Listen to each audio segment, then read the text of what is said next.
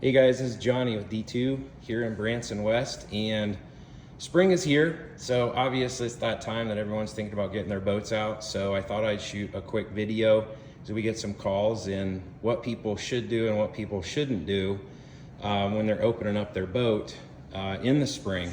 A lot of people want to, a lot of people out there will clean the boats themselves. There's some things to be cautious of so that you don't damage your boat.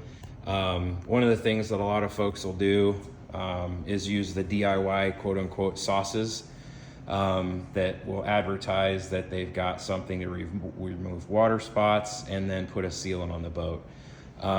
From our experience, these have damaged the gel coat. They cause water spot etching in the boat, which we see all the time frequently.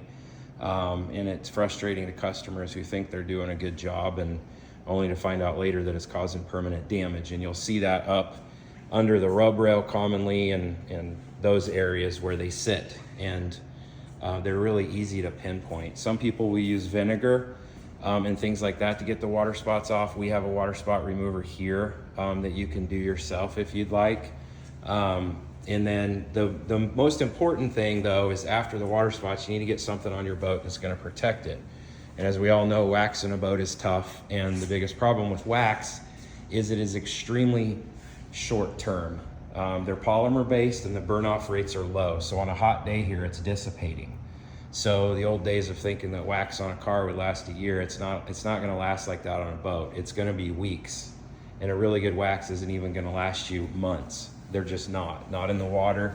We've used them for years. We've tested them on our own stuff and they just don't. So there's some spray detailers out there that will do a better job. So you can use those yourself. So my recommendation is if you're getting water spots off yourself, use vinegar 50-50 or full strength, depending upon the severity of it.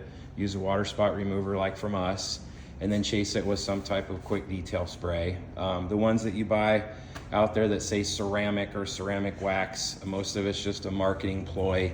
At the end of the day, you want to see if they have silica in them. And they'll, again, it's going to be short term, but you want to put something on the boat because when you use those sauces and you use vinegar and things like that, you don't have any protection. And that's where the oxidation and the fading comes. And so that's why it's just a vicious cycle of doing that. And as far as the interior, there's a lot of different products you can use. Just be careful of what you use on the upholstery. Bleach-based chemicals, things, household commodities, bleach, things of that nature are going to break down the stitching, which is going to cause premature tearing, once people stand on the seats. So if it's not bad, there's nothing like good old-fashioned Dawn soap, a couple droplets in a spray bottle, shake it up, get the sunscreen, dirt off people's skin off the seats, things like that. If you need to spot remove some black mold and mildew, you can use a magic eraser with some interior cleaning products, and so forth. So there's some tips for you.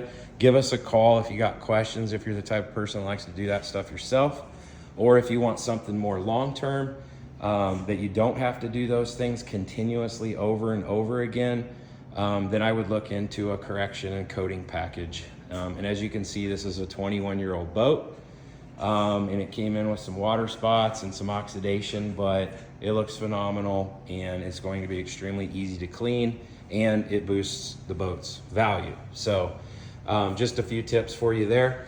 Got any questions? We're happy to help you, walk you through things that you can do on your own, or if you'd like to, talk about getting your boat done, just give us a call anytime. We're always here. 417-313-3147.